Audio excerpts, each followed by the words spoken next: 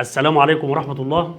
هو ايه اللي حصل في امتحان الجغرافيا 2024؟ معظم الطلبة قبل الامتحان داخله هنقفل الجغرافيا هنجيب الدرجة النهائية، وبعد الامتحان الكل اتفاجئ ان اي طالب نزل 13 14 15 درجة. اول سبب الطالب ما كانش في حالة انتظام مع المحاضرات الاسبوعية، وساب كذا ماده تتراكم عليه مع ماده الجغرافيا. الامتحان عموما ما فيش حاجه خارج المنهج، واولادنا شهدوا على ذلك في دفعه 2024 و23 و22 ان دايما المستر قدام المدارس مع اولاده، ما فيش اي قلق خالص من الامتحان، بس في بعض التعليمات لازم الطالب يفهمها معانا بالترتيب. اولادنا في كل الاماكن الموضوع بسيط خالص، هتتعامل معانا دايما بنحسس الطالب ان الامتحان ما فيش حاجه اسمها سهل، دايما نحسس الطالب بحته الالتزام، ودايما بنقول للطالب تعبك ليه نتيجه اخر السنه. معايا تيم اشراف كامل